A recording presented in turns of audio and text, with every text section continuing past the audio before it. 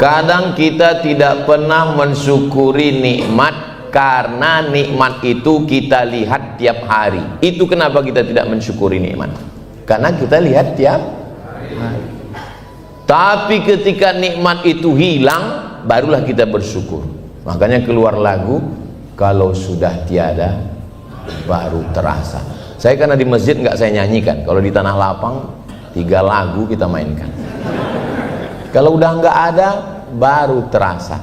Jadi jangan tunggu sampai dia nggak ada. Selama dia masih ada, kita nikmat. Jadi pertama, kalau mau menjadi orang yang bersyukur itu adalah mensyukuri nikmat yang ada. Dan jangan kita melihat nikmat orang lain. Karena kalau kita lihat nikmat orang lain, kita nggak jadi bersyukur. Makanya muncullah ungkapan indah sebelum dimiliki. Dalam segala hal, motor ini kayaknya kalau punya motor ini gagah, nanti pas dipakai biasa aja.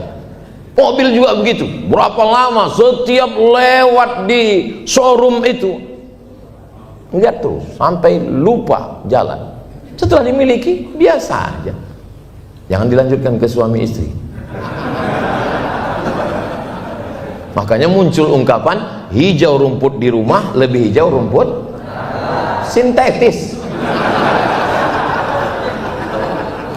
Jadi kalau mau hati ini mau tenang, banyak-banyak bersyukur.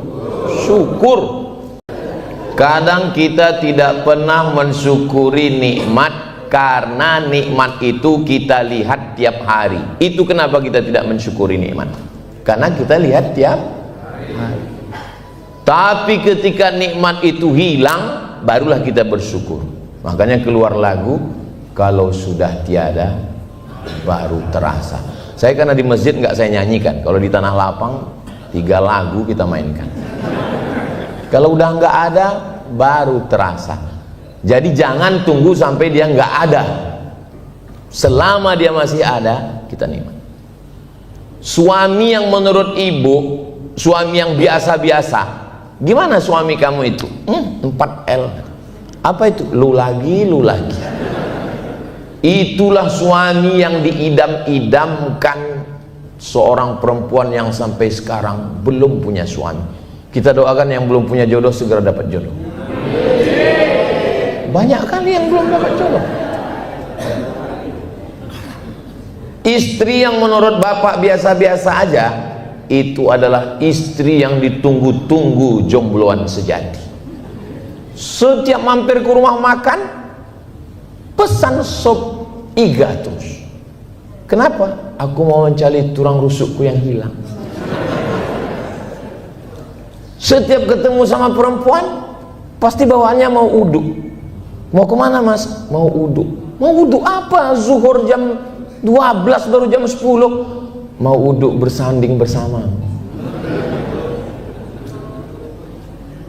Jadi pertama, kalau mau menjadi orang yang bersyukur itu adalah mensyukuri nikmat yang ada. Dan jangan kita melihat nikmat orang lain. Karena kalau kita lihat nikmat orang lain, kita nggak jadi bersyukur. Kita ingin seperti dia. Contohnya, bapak ibu, kakak-kakak, abang-abang. Kalau ngelihat nikmat saya ini, itu nggak bersyukur. Kenapa? Saya buahnya lebih banyak, minumannya 6 kaleng.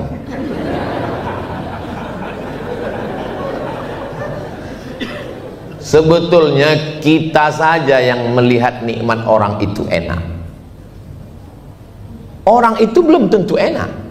Contohnya, kan bapak ibu yang melihat, Ustadz Somad itu ada buah jeruk, ada buah anggur, ada buah pisang, ada minuman manis, ada energi, ada susu kurma, segala macam. Bapak ibu yang melihat, saya belum tentu bisa menikmati. Gimana saya mau makan minum ceramah? Jadi kadang kita lihat orang itu makanannya enak. Saya ini kan ceramah udah kemana-mana, ketemu orang kaya, ketemu konglomerat. Saya lihat ada kepiting, ada udang, ada cumi, nggak ada yang dimakan. Mau dimakan kolesterol, mau dimakan asam lambung, mau dimakan asam urat. Akhirnya cuma minum air putih. Teh manis diabetes. Makanya sebetulnya cuman gatal mata aja itu sebetulnya, kalau bahasa kampung kami gatal mata aja. Makanya muncullah ungkapan indah sebelum dimiliki. Dalam segala hal, motor ini kayaknya kalau punya motor ini gagah, nanti pas dipakai biasa aja. Mobil juga begitu, berapa lama setiap lewat di showroom itu lihat terus sampai lupa jalan. Setelah dimiliki biasa aja. Jangan dilanjutkan ke suami istri. Makanya muncul ungkapan hijau rumput di rumah lebih hijau rumput sintetis. Jadi kalau mau hati ini mau tenang, banyak-banyak bersyukur. Tolong kalau dengar pengajian, kalau memang dengar fokus dengar. Kalau memang agak ngantuk fokus tidur. Jangan setengah-setengah. Karena kalau setengah-setengah itu nanti nggak jelas juga waktu pulang ditanya orang. Siapa tadi yang ceramah di Polda Kaltim? Ustadz Somad. Apa kata dia? Kata dia kita mesti banyak bersyukur. Ya itu gara-gara salah dengar. Makanya kalau memang fokus dengar, dengar baik-baik. Kalau ngantuk tidur. Saya belum pernah marah sama jamaah yang tidur, belum pernah. Kenapa? Karena kalau ada orang bisa tidur, itu berarti hatinya tenang. Berapa banyak orang kaya, pejabat, duit banyak, nggak bisa tidur. Jam 2 malam nggak bisa tidur, kena insomnia. Akhirnya makan obat tidur. Tapi ada orang baru ngelihat ustadz langsung tertidur. Itu kan kenikmatan yang luar biasa itu. Baru pengumuman khotib Jumat hari ini langsung tertidur, seperti ada setelannya. Dan bangunnya itu juga ada setelannya. Barakallahu li wa lakum fil Qur'anil azim. Langsung bangun. Dan langsung bisik ke kawan sebelah. Ini kayaknya khutbah Jumat ini nggak sah. Kenapa? Kok cuma satu? Satu kali kata dia khutbah. Khotib sudah ngomong 30 menit. Jadi syarat pertama bersyukur, syarat kedua jangan melihat nikmat orang. Syukuri nikmat yang ada. Sudah ada lagunya, syukuri apa adanya. Nggak bisa saya nyanyikan di dalam masjid. Kalau di luar dengan hadroh ini kita mainkan kelempang, kelempung, kelempang, kelempung, selesai. Ustadz, ini hadroh ini dari mana asalnya? Datang seorang perempuan bernazar. Nabi pulang perang. Ya Rasulullah, ya saya nazar. Nazarnya apa? Kalau Nabi pulang perang menang, saya akan pukulkan hadrah, gendang, duf bahasa Arabnya. Kata Nabi, silakan pukul. Itu dalil memukulkan gendang itu hukumnya boleh. Dan yang memukul itu perempuan. Itulah dalil boleh perempuan dan laki-laki memukul. Tapi katanya ada yang bilang nggak boleh perempuan mukul. Maksudnya perempuan yang nggak boleh itu kalau pakaiannya tidak sopan atau make upnya terlalu berlebihan sampai 2 inci bedaknya, itu nggak boleh. Kalau hanya biasa-biasa saja seperti yang kita di sini, itu nggak apa-apa. Lalu di dalam masjid gimana nih Pak Ustadz? Nanti di syuting tajam, setajam sembilu, lebih tajam lagi. Setajam silet, lebih tajam. Apa yang lebih tajam? Komentar netizen. Apa ini Abdul Somad? Ada gendang-gendang di dalam masjid. Kata Nabi ketika ada orang menikah, a'linu hadzal nikah. Nikah jangan diam-diam. Sekarang banyak orang nikah diam-diam. Pas ditanya sama istrinya, kenapa kamu nikah diam-diam? Nikah itu ibadah. Nikah nggak boleh diam-diam. Kata Nabi, a'linu, iklankan pernikahan ini, buat walimah, ij'aluhu fil masajid, buat akadnya di masjid, wadribu alaihi biddufuf, pukulkan gendang. Itu dalil memukul gendang. Kenapa Ustaz sampaikan di sini? Ya, yang namanya polisi ini pasti menghadapi masalah. Beda sama Ustaz. Saya ini kalau datang, saya sudah terbayang jamaah akan menyambut saya. Tapi kalau ibu punya suami polisi, dia akan menyambut dan disambut oleh unjuk rasa. Makanya kalau mentalnya tidak kuat, semangat jihadnya dan pendampingnya juga mesti begitu. Jadi kalau ada bapak-bapak polisi, kakak-kakak, abang-abang ini yang dulu waktu mudanya playboy cap gayung, playboy cap tupai, lalu kemudian ditanya sama istrinya, kenapa aku yang menjadi istri kamu ya? Kan banyak dulu mantan-mantan kamu. Maka bilang sama dia, karena jadi istri polisi ini berat, biar kamu aja. Yang lain itu nggak lulus fit and proper test. Bukan senang jadi bayangkari ini, bukan cuma model baju pink, tapi punya semangat yang luar biasa. Saya jarang-jarang ceramah membangkitkan semangat begini. Kenapa? Karena judul kita hari ini, berbenah diri setulus hati. Kenapa yang dipakai hati? Padahal yang berbenah itu tangan, yang berbenah itu mulut, yang berbenah itu kaki, yang berbenah itu mata. Kenapa yang disebut hati? Contoh, kita bawa motor, gasnya di tangan, koplingnya di tangan, giginya di kaki, remnya di tangan dan kaki. Tapi Pak polisi menulis rambu-rambu di pinggir jalan, hati-hati. Kenapa nggak kaki-kaki? Kenapa nggak tangan-tangan? Karena mata, tangan, telinga, dan kaki diperintahkan oleh hati. Maka jagalah hati, supaya jangan sampai sakit hati. Kenapa bapak ini bisa mendapatkan ibu? Ya karena mereka bisa merebut hati. Sentuhlah dia tepat di hatinya, dia akan jadi milikmu untuk selamanya. Rasa-rasa nasihat pernikahan. Makanya judul, saya yakin ini yang membuat judul ini, tolong dicari nanti Pak Kapolda. Jangan-jangan sedang jatuh cinta dia. Berbenah diri. Kenapa mesti dibenahi? Biasanya yang perlu berbenah itu berarti yang lagi kacau.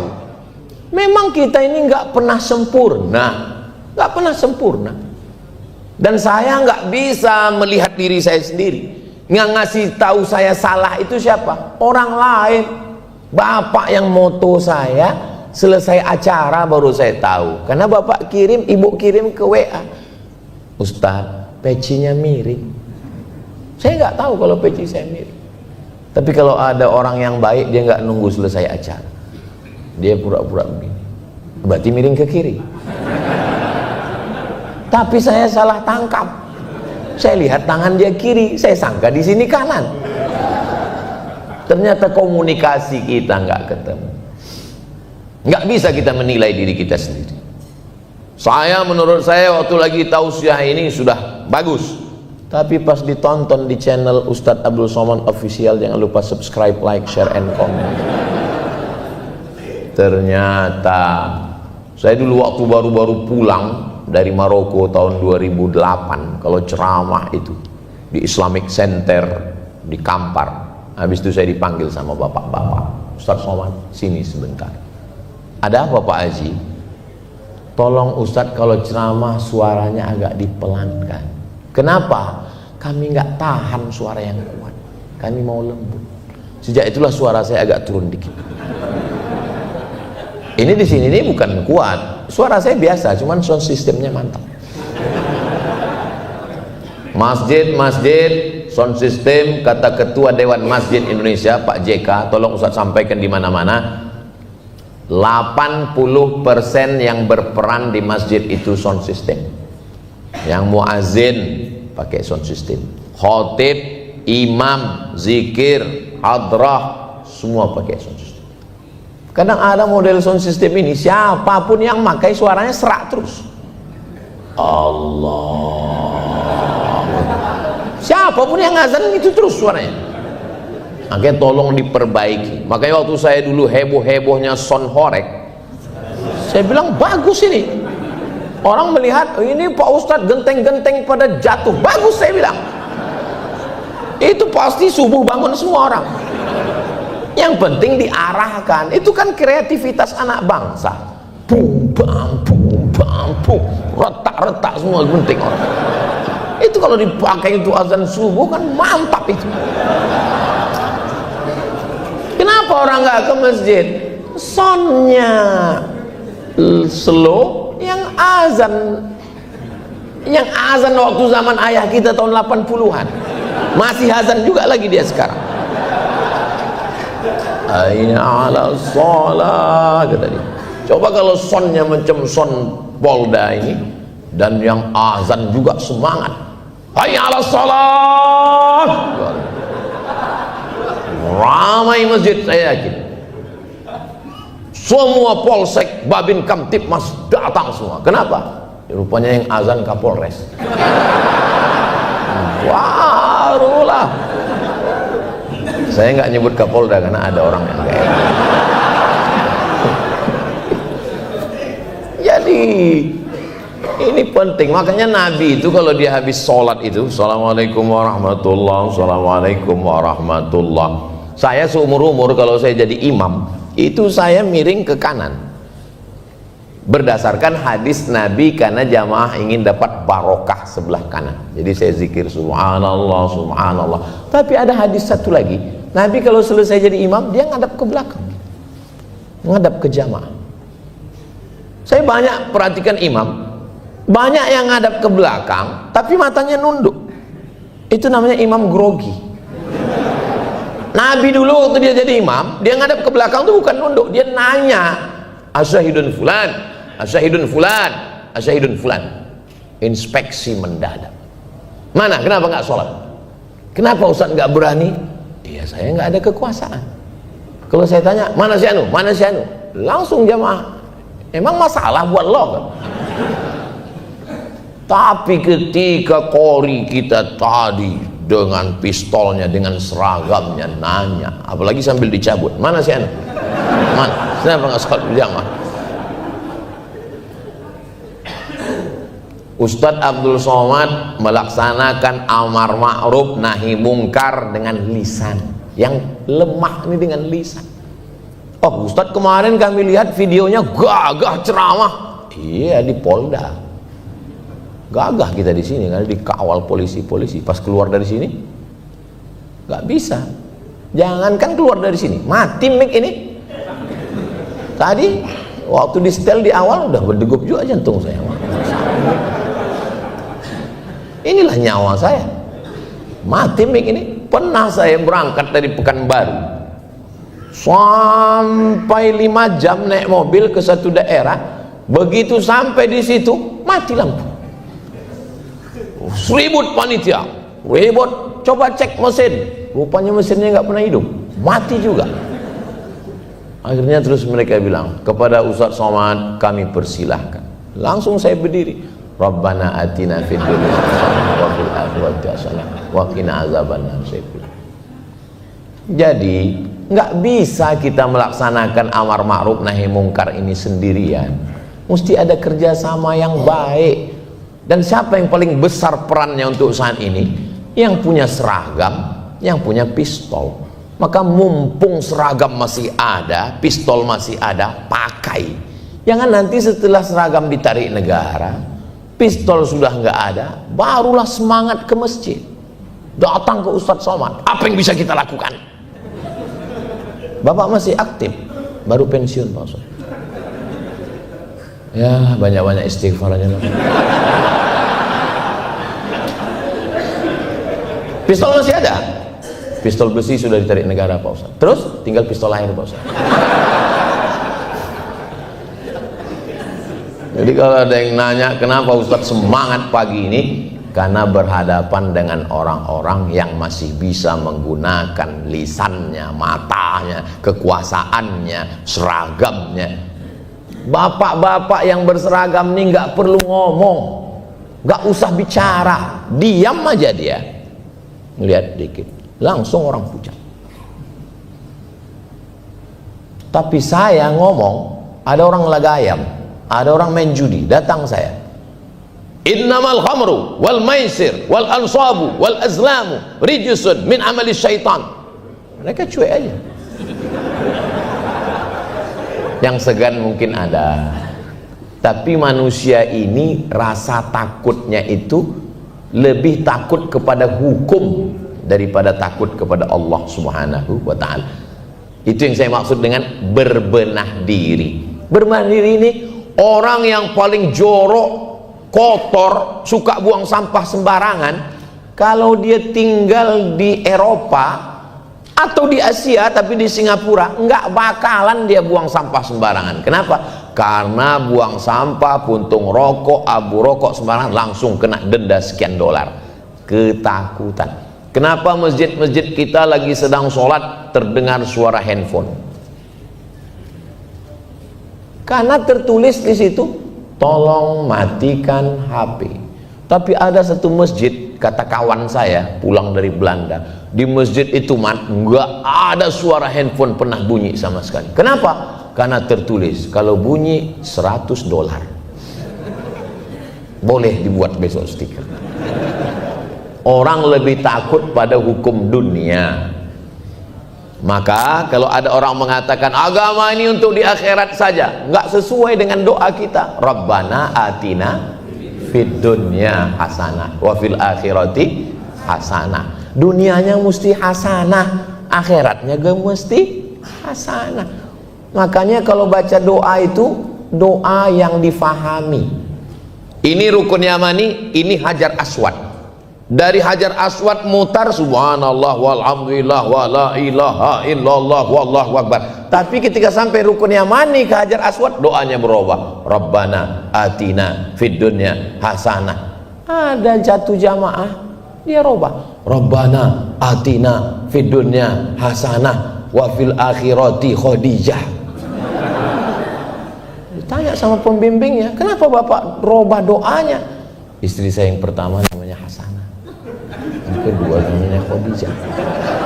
Kalau saya sebut 2 kali marah. Pentingnya kita faham apa yang kita ucapkan, apa yang kita lafalkan. Tapi bukan berarti sholat kita robah jadi bahasa Indonesia. Sholat kita tetap pakai bahasa Arab, kita memahami. Saya nggak nyuruh kita ngapal terjemah, hanya faham secara umum saja sudah cukup. Allahu Akbar. Saya nggak nyuruh juga kita terjemahkan mentang-mentang polisi kursus bahasa Inggris lalu pakai bahasa Inggris. Inna sholati my praying, wa mahyaya my life, wa mamati my die, lillahi ta'ala for you oh my God. Tetap pakai bahasa Arab, tapi kita pahami dalam hati secara umum global, karena di situ kita sedang berbenah diri. Akan terkejut anak kecil kalau saya ceramah kuat. Saya sebetulnya suara saya ini nggak kuat. Saya di mana-mana ceramah lembut biasa. Marilah kita banyak mengingat mati. Biasa kalau di panti jompo gitu saya ceramah. Apa kita semangat-semangat mubazir? Ustaz jangan ngomong gitulah Pak Ustaz, kami ini udah tua. Kunci mendengar ceramah Ustaz Somad itu satu, jangan tersinggung.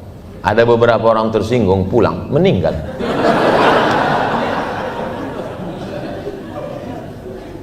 Berbenah diri. Apakah Abdul Somad sempurna? Tidak. Saya masih berbenah diri. Saya kalau sudah melihat jamaah yang tulus-tulus ikhlas datang dari jauh mengulurkan tangan dalam hati saya, kamu ikhlas datang mengulurkan tangan, berarti kamu sering dengar ceramah. Kalau kamu memfavoritkan ustadz, berarti kamu kenal dia, berarti kamu tonton dia. Berapa giga sudah paketmu habis? Berarti kau selama ini ingin ketemu dia. Kenapa kau bisa senang sama dia? Dia bukan artis, dia bukan ganteng, walaupun ganteng juga sedikit. Apalagi pas saya tengok foto saya ini, saya pun heran.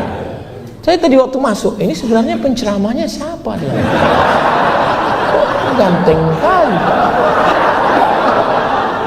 Emang hebat editornya ini.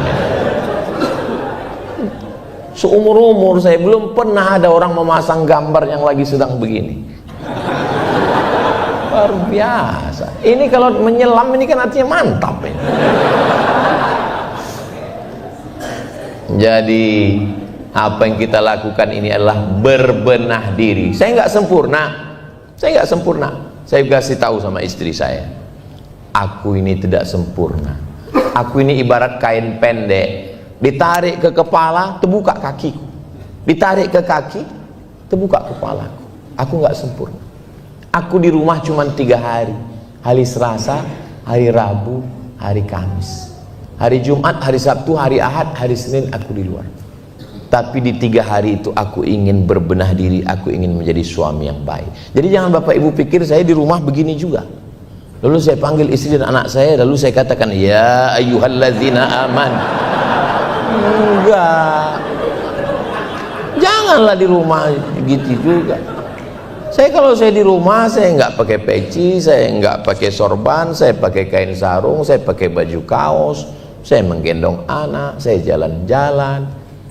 Gimana Ustadz mau jalan-jalan? Sedangkan di Kaltim ini aja pengawal Ustadz 20 orang, lain lagi dari kepolisian, lain dari TNI, lain dari Banser, lain dari Kokam. Iya, tahulah saya caranya gimana supaya jangan ada pengawal. Saya pakai masker, pakai kacamata hitam, pakai topi. Itu pun kadang ada juga yang kena. Pas di mall itu, pas di tangga itu eskalator berbisik mereka, Ustadz Somad ya. Saya balas, mirip.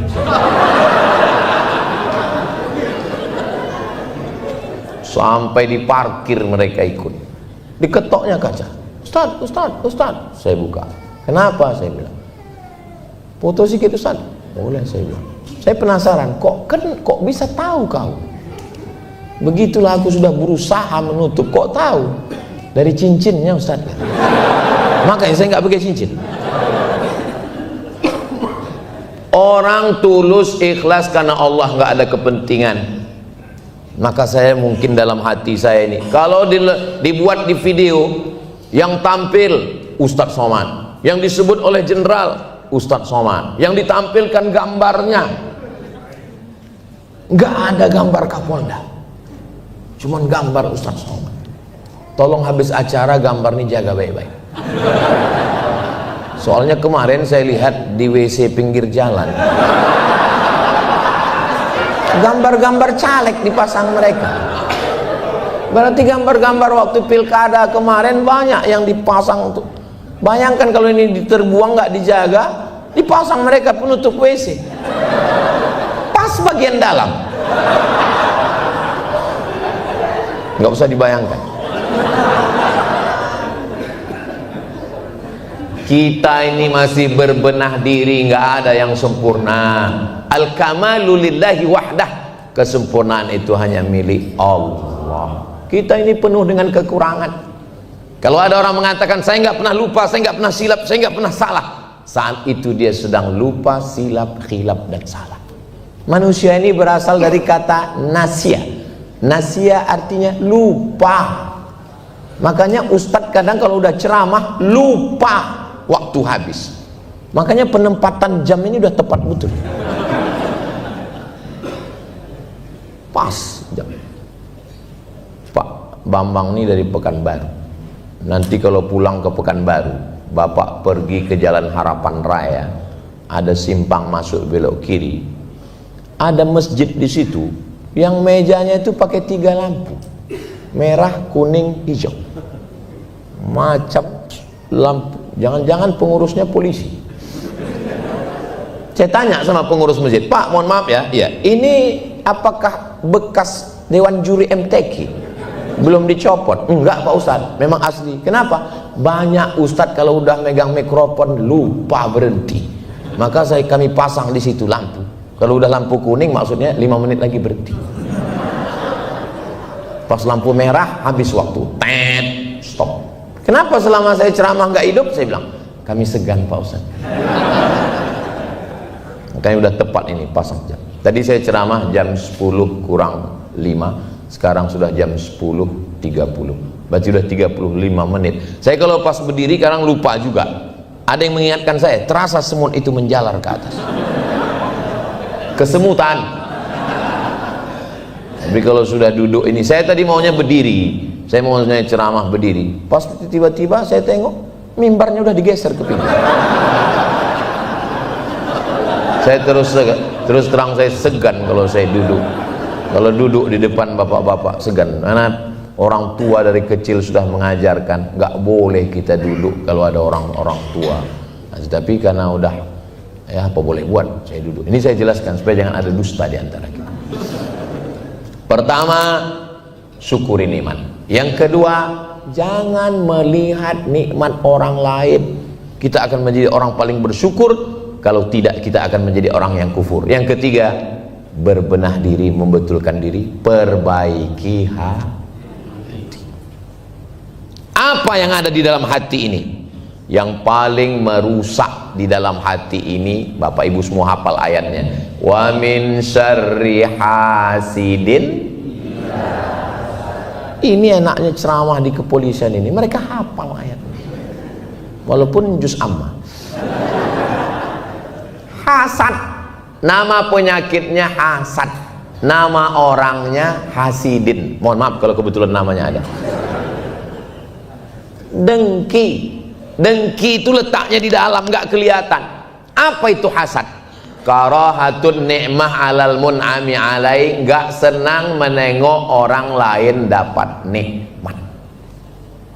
Ustadz Somad kalau bisa janganlah posting berita Ustadz ceramah di Polda disambut jenderal, janganlah diposting Pak Ustadz. Kenapa? Banyak yang sakit hati. Oh, makin saya posting supaya yang sakit jantung segera masa gara-gara dia sakit hati kita mesti nggak posting? Enak aja, saya gas terus 3 kali posting sehari, apalagi hari ini. 1 posting angkatan laut, 1 posting angkatan darat, 1 posting polisi, 1 posting angkatan udara, 4 kali posting. Jantung koroner, diabetes meletus, asam lambung, asam urat, mati kontan. Orang yang hasad, dia sedang menyiksa dirinya sendiri. Ada orang beli mobil baru, terus kita hasad sama dia, berubahkah mobilnya? Enggak, tetap kredit. Kita sedang menyiksa diri kita sendiri dengan hasad. Makanya hasad ini luar biasa. Karahatun ni'mah alal mun'ami alaih, tidak senang melihat orang lain dapat nikmat, itu baru 50%. Terus gimana caranya biar komplit 100% Pak Ustaz? Begini cara mengkomplitkan hasad. Wa hubbu zawaliha, ingin supaya nikmat orang itu hilang. Dari hasad meningkat menjadi hasud. Kalau dalam ceramah itu saya ada seperti intonasi bertanya, gak usah susah hati, gak usah dijawab, nanti saya jawab sendiri. Dari hasad itu ke dalam, muncul hasud mulai keluar. Apalagi tinggal di rumah komplek perumahan rapat dekat, tetangga mulai renovasi. Tahu kenapa dia beli kangkung 2 ikat, ngobrolnya 2 jam. Tahu kenapa dia renovasi rumah baru? Ya karena dia punya ternak sekarang. Ternak apa? Ternak tuyul. Jadi hasad inilah yang merusak. Saya ini orangnya kan banyak yang saya nggak tahu, dan saya suka penasaran. Saya tanyalah dokter-dokter itu, Pak dokter, ya, seberbahaya apa daging kambing itu? Ustaz nanya, kenapa? Kenapa sekarang orang takut makan gulai kambing, sate kambing, soto kambing, katanya bisa menaikkan kolesterol? Sebetulnya kambing itu nggak ngandung kolesterol Pak Ustaz. Loh, berarti selama ini hoax. Tidak ada kambing yang mengandung kolesterol. Terus yang betul itu kambing mengandung anak kambing. Kambing tidak mengandung kolesterol. Lalu yang menaikkan kolesterol itu apa? Yang menaikkan gula darah itu apa? Nggak senang ngelihat nikmat orang Pak Ustadz. Itu hanya faktor psikologis. Cuman bahasa dokter ini kan lembut, intelektual. Psikologis, kalau bahasa Ustadz busuk hati. Ngelihat orang rumah baru,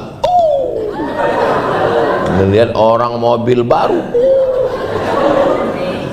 sampai ke sini Pak Ustadz. Kalau sudah masuk ke sini, penyempitan di sini, lambat naik ke sini, berefek kemana-mana. Tapi kalau kita menganggap itu sebagai, ya mungkin Allah sedang menguji dia. Misalnya bapak, kakak hasad melihat saya dapat nikmat yang banyak ini, apakah berkurang buah ini? Tidak. Terus bagaimana caranya biar supaya nggak hasad? Anggap ustadz itu sedang diuji Allah. Bagaimana rasanya banyak minuman, banyak buah, tapi nggak bisa dinikmati.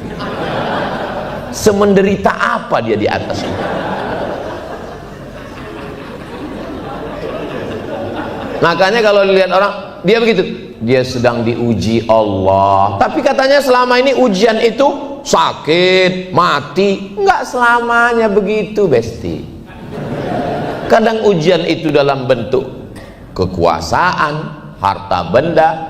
Wa balawnahum bil hasanat, kami uji mereka dengan hasanat. Fir'aun ujiannya bukan sakit. Gak pernah tuh Fir'aun masuk rumah sakit umum. Fir'aun ujiannya dengan kekuasaan. Namrus ujiannya 400 tahun. Maka kita melihatnya dia sedang diuji Allah. Kita doakan dia supaya lulus ujian. Begitu cara memandangnya. Alhamdulillah, mudah-mudahan kita semuanya lulus ujian. Ustaz tahu dari mana lulus ujian? Kepada anak asuh. Tidak disebut anak yatim. Ini bahasa yang bagus. Tolong tempat-tempat lain, polda-polda lain, polres-polres lain, polsek-polsek lain pakai istilah ini, anak asuh. Karena saya sudah nanya kepada mantan anak yatim, ayahnya meninggal, ibunya meninggal. Saya tanya, apalah yang paling menyakitkan waktu bapak anak yatim? Paling menyakitkan waktu kami dipanggil anak yatim. Tapi kalau disebut anak asuh dia akan bangga. Apalagi yang mengasuhnya adalah polisi, tentara, bangga dia. Apalagi diajak foto tadi. Oh, saya dulu waktu foto dengan Pak Tito, saya cetak, saya letakkan di mobil emak saya. Saya bilang, mak, dari Riau ke Medan kalau ada razia tunjukkan saya.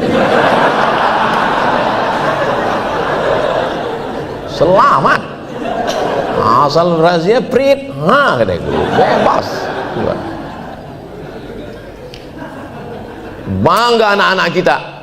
Saya berharap ada dari anak kesatuan kepolisian yang ayahnya meninggal dunia, ada juga dari masyarakat umum. Tidak hanya diperhatikan dalam hari Bayangkara, masih banyak momen-momen lain. Bayangkara, 17 Agustus, Hari Pahlawan, Idul Fitri, Idul Adha. Tapi saya tidak ragu dengan itu.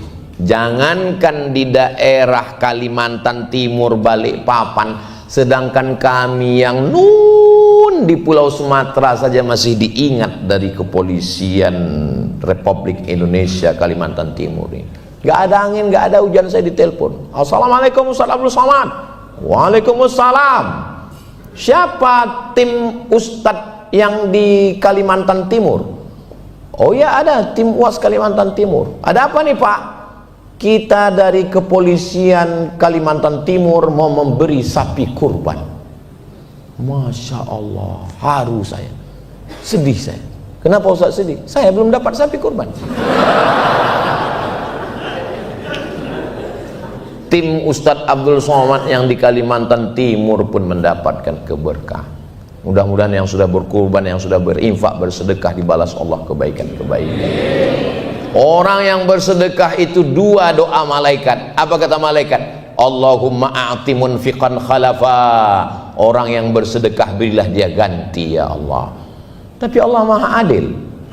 Yang pelit, bin bakhil, bin medit, bin kikir didoakan malaikat juga. Apa kata malaikat? Allahumma a'ti mumsikan talafa. Orang yang pelit binasakanlah dia ya. Biasanya memang kebinasaan itu dari kecil dulu. Misalnya pulang sendal hilang, helm hilang, suami hilang. Mudah-mudahan suami, ibu, istri semua dijaga Allah Subhanahu wa taala. Dari bunyi aminnya ada kecemasan yang tingkat tinggi. Kenapa kita nyaman di masjid ini? AC-nya 4 pojok, karpetnya bagus. Makanya usahakan orang-orang kaya bersedekah, kenyamanan masjid terjaga, terpelihara dengan baik. Kadang di beberapa masjid banyak juga AC-nya, tapi nggak hidup, nggak diservis, nggak ada anggaran. Tapi Masya Allah, tabarakallah, selesai orang sholat di Masjid Polda ini, Assalamualaikum warahmatullah, ke kanan karena kiblat ke sana. Habis itu sebelah kiri, Assalamualaikum warahmatullah, ke kiri. Apa pesan yang tertulis di dinding sebelah kiri? Ara'aital ladzi yukadzibu biddin, tahukah kamu siapa yang mendustakan agama?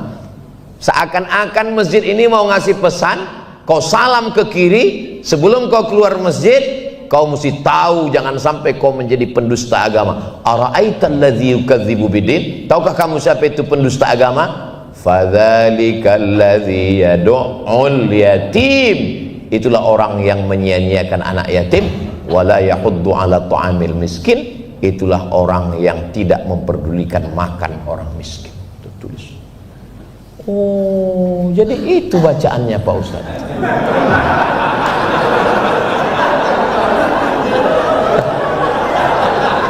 Saya udah lama sholat di sini Pak Ustaz, nggak tahu saya itu bacaannya. Dari sini bismillah. Bismillahirrahmanirrahim. Ara'aital ladzi yukadzibu biddin, fadzalikal ladzi yad'ul yatim wa la yahuddu ala ta'amil miskin. Supaya jangan sampai membiarkan orang miskin. Pulang dari sini gajian mampir ke toko beli beras 5 kilo, minyak 1 kilo, gula 1 kilo, ikan asin jangan 2 kilo, mie instan, susu saset, bungkus. Berapa yang mampu? Sebungkus, 2 bungkus, 3 bungkus, bawa pulang ke rumah. Yang belanja bapak, yang bagi istri. Mama tolong bagi ke belakang, jangan bapak yang bagi. Kalau bapak yang bagi ke belakang, kebetulan anak yatim itu emaknya cantik, hancur dunia persilatan. Siapa yang salah? Ustadz Somad juga yang kena. Kenapa bapak ngantar di belakang? Ustadz Somad yang nyuruh Pak. Ibu yang ngantar. Papa kok beli baju 2, anak kita kan 1. Ada anak yatim yang sebaya dengan anak kita, dia anak asuh kita. Kalau 1 saja polisi punya 1 anak asuh, selamat insya Allah. Saudara-saudara, jangan pertemuan reuni. Ini kami mau pertemuan reuni nih. Saya kasih tahu sama kawan-kawan, reuni SD, reuni SMP, reuni SMA, datang ketemu makan cekakak cekiki, foto kiki. Habis itu tukar nomor WA. Itu suami kamu ya? Iya. Kok letoy? CLBK, jemuran kering bersemi kembali. Padahal itulah kesempatan kita untuk bertanya, mana yang ayahnya ninggal, mana yang ayahnya merantau nggak pulang-pulang, namanya Bang Toib. Inilah kesempatan kita untuk saling menolong. Berapa uang sekolahnya? Pak Ustadz, alhamdulillah reuni kami sudah terbantu, tapi uang masih berlebih. Hari ulang tahun anak, hari ulang tahun pernikahan, pergi ke mall, enggak apa-apa. Jalan ke gunung, bagus. Pergi ke pantai, enggak ngelarang. Saya enggak bisa juga ngelarang, jangan ke pantai. Kemarin ada yang lihat video saya di pantai dengan istri saya. Ustadz Somad tuh ngomong aja, itu dia di Instagramnya, yang followernya 10 juta itu. Sombong kali, maksudnya yang belum follow lah.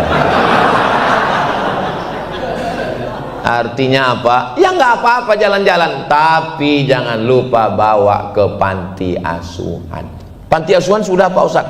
Panti jompo. Panti asuhan itu kita sedang melihat anak kita. Panti jompo itu kita sedang melihat diri kita 30 tahun akan datang. Ini adalah orang yang suaminya meninggal, istrinya meninggal, anaknya nggak peduli. Kalaupun ada, kalaupun tidak ada, maka dia sebatang kara. Saya ketika sampai di Sorong, turun dari pesawat, langsung ke panti, ketemu, saya peluk mereka. Anggap saya anak bapak, sehat ya Pak. Kita sedang melihat diri kita di masa akan datang. Beli nasi bungkus, bawa ke panti. Assalamualaikum Bapak Ketua Panti. Waalaikumsalam. ini ulang tahun anak, ulang tahun pernikahan, kami mau makan dengan anak-anak yatim. Berapa orang semua di sini? Ada 100. Bapak mau ngasih semua? Enggak, 2 orang aja. Kebetulan cuma bawa 2 bungkus kan. Enggak mungkin semua, tidak sanggup kita. Kalau sanggup semua, alhamdulillah. Jangan gara-gara mau besar lalu nggak ngasih apa-apa. Masalah bersedekah ini saya paling lihat orang Mesir. Orang Mesir nggak kayak kita. Kita kalau mau sedekah terlalu formal, ngundang datang ke rumah, sholawatan, maulidan, barzanji. Orang Mesir nggak gitu. Ketemu di jalan, saya kebetulan di Mesir 98. Jadi mereka kalau ketemu dia nanya dulu, Malaysia, Indonesia. Orang Malaysia apa Indonesia? Kalau Malaysia dia nggak ngasih, karena nggak krisis. Indonesia, ya langsung dia keluarkan 100 rial. Khud, kul ma ashabik, makan sama teman-teman. Gitu. Orang kita sedekah nggak gitu. Diundang anak yatim ke rumah, disuruh baca Yasin. Fa subhanalladzi biyadihi malakutu kulli syai'in wa ilaihi turja'un. Shadaqallah 3 kali. Udah selesai Yasin 3 kali, tahlil 100 kali. Saya kasih tahu sama istri sama keluarga, kalian kalau ngundang anak yatim, suruh baca qul huwallahu 3 kali, Al-Falaq sekali, An-Nas sekali, Al-Fatihah sekali, baca doa selamat, makan. Karena kita ini mau menyantuni, bukan mau menyiksa. Sampai dehidrasi dia, kurang cairan. Ini bukan menyantuni, ini menyantuni itu kasih sayang. Tengok tadi kepalanya diusap, ibu tadi dipegang, waktu foto tadi dipegang ibu, karena mereka kehilangan kasih sayang orang tua. Kenapa kepalanya diusap? Siapa yang menyantuni anak yatim, mengusap kepalanya, dapat pahala sebanyak rambutnya. Itu maknanya sebanyak yang tidak bisa dihitung, begitulah pahala. Ini jangan dipahami secara tekstual. Yang gundul nggak ada yang usap. Kenapa nggak usap? Nggak ada pahalanya Pak Ustaz. Jangan memahami secara letterlik. Pahami, jangan terlalu seremonial. Datang ke sekolahnya, tanya berapa yang terkendala uang sekolah. Besok datang, pergi ke SMP negeri, alhamdulillah sudah selesai. Tapi di pondok-pondok pesantren. Saya baru pulang ke salah satu pondok, saya tanya pimpinan pondok, berapa yang nunggak di sini? Ya lumayan lah Pak Ustaz. Berapa Pak Kiai? 1 orang, saya bilang 1 M Pak Ustaz. 1 M nunggak. Kalau dituntut terus mereka akan keluar. Akhirnya biarkanlah, Allah menolong Pak Ustaz. Begitulah beban para kiai di pondok. Datang ke pondok, tanya, berapa yang nunggak Pak Kiai? Berapa yang belum bayar uang semester? Berapa yang belum uang asrama? Mau bantu? Enggak, mau nanya aja.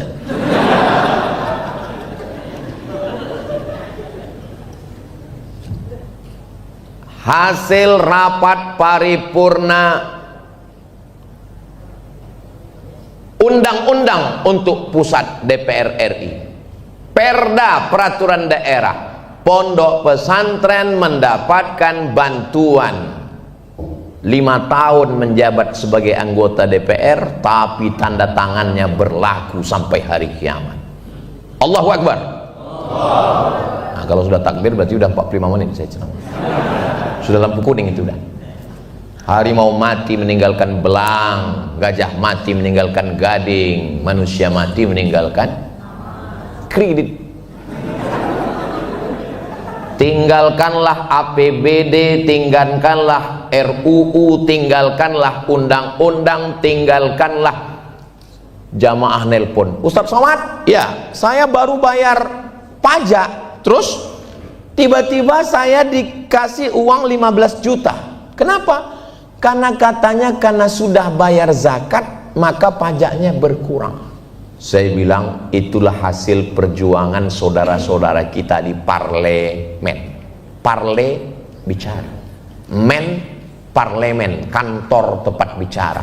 Dia digaji dengan uang negara untuk bicara di parlemen dan berhasil menggolkan pasal siapa yang bayar zakat ke Basnas, ada bukti slip pembayaran, berkurang pajaknya, dan itu diatur oleh negara. Apakah halal duit ini Pak Ustadz? Halal, saya bilang Halal Pak Ustadz, halal. Kau udah 2 kali nanya, kalau takut kasih ke saya.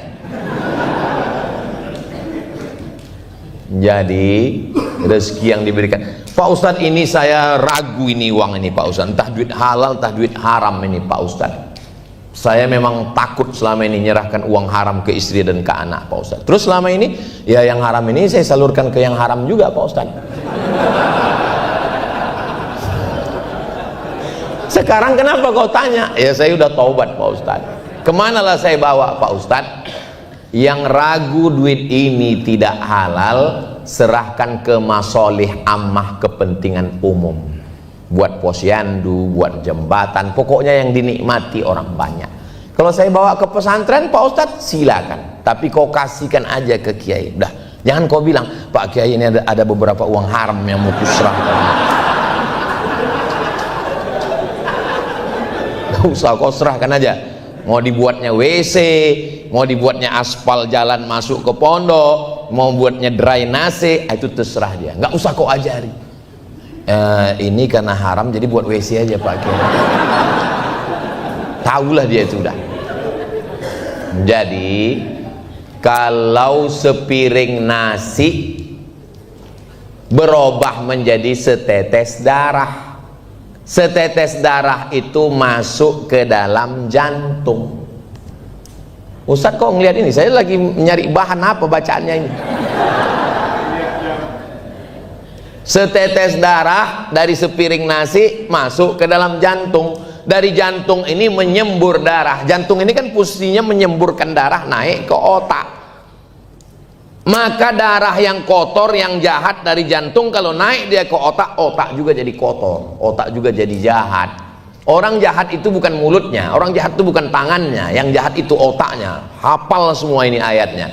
Nasiyatin kazibatin khotiah. Ini enaknya ceramah di Polda nih, hafal mereka ayat. Nasiyatin ubun-ubun, kazibatin pembohong, khotiatin pelaku dosa. Yang bohong kan mulut, yang berdosa kan tangan, yang berdosa kan kemaluan.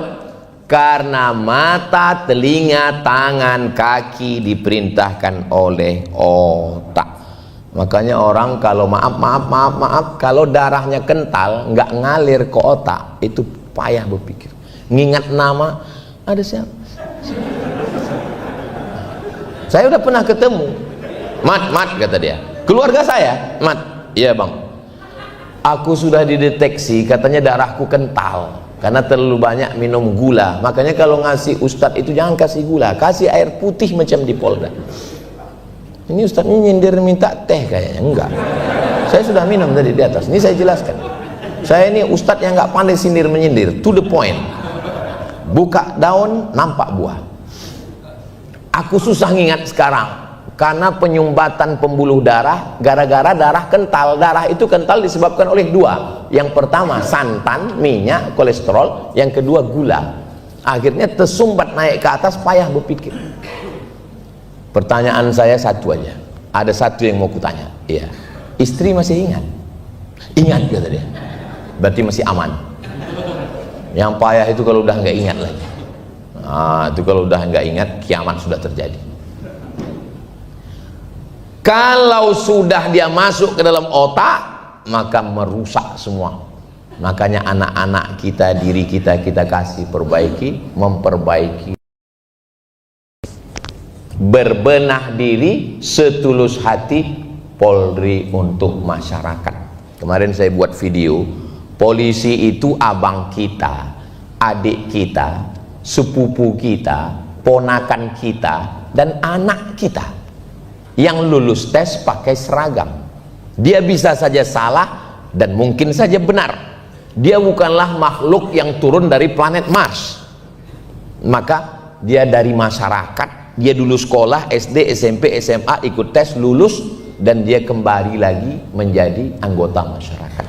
Orang takut itu ya sifat masing-masing. Kalau saya lihat pada personalnya, orangnya, hubungannya. Tapi kalau adik-adik kita yang sudah qori, dia imam di masjid, pas ada maulid dia pukul hadroh, orang sudah menganggap dia bagian. Orang tidak melihat dia sebagai polisi. Orang akan mengatakan itu imam kami, itu hadroh kami, Itu kalau kami maulid, dialah yang baca Simtud Durar. Itu adalah ustadz kami, itu adalah pelindung kami. Dan orang pun menjadi guyub bersama. Karena ketika terjadi konfrontasi dengan masyarakat, yang menjadi bemper depan, yang head to head bertemu dengan masyarakat, bukan pejabat-pejabat di Jakarta, tapi polisi yang turun di lapangan. Makanya kalau ada polisi yang punya rumah tahfiz Quran, yang punya pondok pesantren, yang punya lembaga pendidikan rumah Quran, saya dijemput dari kota, ibu kota provinsi, masuk ke kabupaten, sampai ke kecamatan, sudah bolak-balik. Kemana kita ini, saya tanya panitia. Ada yang mau kita resmikan Pak Ustadz. Pas saya lihat, musola kecil. Kenapa mesti kita yang meresmikan ini? Dia bernazar Pak Ustadz, kalau musola ini siap, yang meresmikannya mesti Ustadz Somad. Siapa ini? Pak Kapolsek. Kenapa Pak Kapolsek buat musola ini? Karena setiap orang urusan ke sini, ini kampung Pak Ustadz, terisolir jauh dari provinsi kabupaten. Jadi orang kalau ngurus ini nggak bisa sholat Pak Ustadz, dan nggak ada anggaran untuk buat ini. Jadi ini anggaran dari mana? Kami semua Pak Ustadz ngumpul-ngumpul duit, alhamdulillah akhirnya jadi.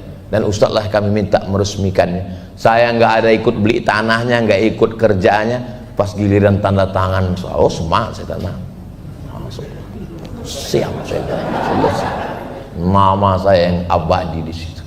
Mereka pun akan berpindah ke tempat yang lain, tapi catatan malaikat tidak pernah terlupa. Di mana bumi dipijak, di situ berdiri musola. Di mana kaki melangkah, di situ dihidupkan hadrah, dilatih sendiri. Kalau saya menghidupkan hadrah ini, anak-anak nggak serius, tapi kalau yang melatihnya adik-adik ini langsung latihan.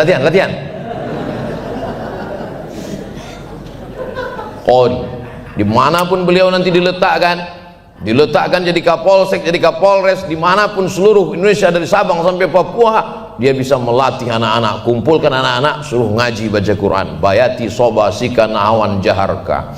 Nah, adik-adik remaja masjid, saya mau ngajar kalian baca Al-Fatihah, pakai lagu Nahawan. Lau kana bainana al-habib ladanal qasi wal qarib. Itu bisa dimasukkan ke Al-Fatihah. Alhamdulillahi rabbil alamin ar-rahmanir rahim maliki yaumiddin iyyaka na'budu wa iyyaka nasta'in. Yang nggak bisa jangan dipaksakan, bukan itu bidang dia. Saya Pak Ustadz kalau suara memang nggak bisa Pak Ustadz, tapi kalau tulisan bagus, kaligrafi. Saya kalau tulisan nggak bagus Pak Ustadz, suara pun nggak bagus. Apa yang bagus? Duit bagus Pak Ustadz. Sumbang, bangun masjid, cantik indah. Saya Pak Ustadz, apapun tak bagus Pak Ustadz. Rumah kau dekat dengan laut. Nggak ada manusia ini yang nggak punya potensi, nggak ada. Pasti diberikan Allah kelebihan-kelebihan. Jangan mengukur orang dari satu standar, nggak bisa. Kita nggak bisa mengukur standar semuanya mesti bisa terbang. Ikan hanya bisa berenang. Kita menetapkan standar yang hebat itu bisa berenang. Burung nggak bisa berenang. Jadi nggak bisa kita ukur standar semua berdasarkan satu saja. Maka Allah sudah berikan kita kelebihan masing-masing. Maka kalau sudah ditempatkan Allah pada satu posisi, manfaatkanlah itu untuk agama Allah. Mudah-mudahan apa yang saya sampaikan hari ini baik untuk saya, baik untuk kita semua insyaallah. Sampai juga 60 menit saya menyampaikan tausiah. Tapi saya tengok jamaah ini belum ada yang mengantuk. Cas semua. Kira-kira kalau saya tambah setengah jam lagi masih sanggup? Nggak boleh, ini kantor polisi, disiplin. Ingat tadi ucapan beliau.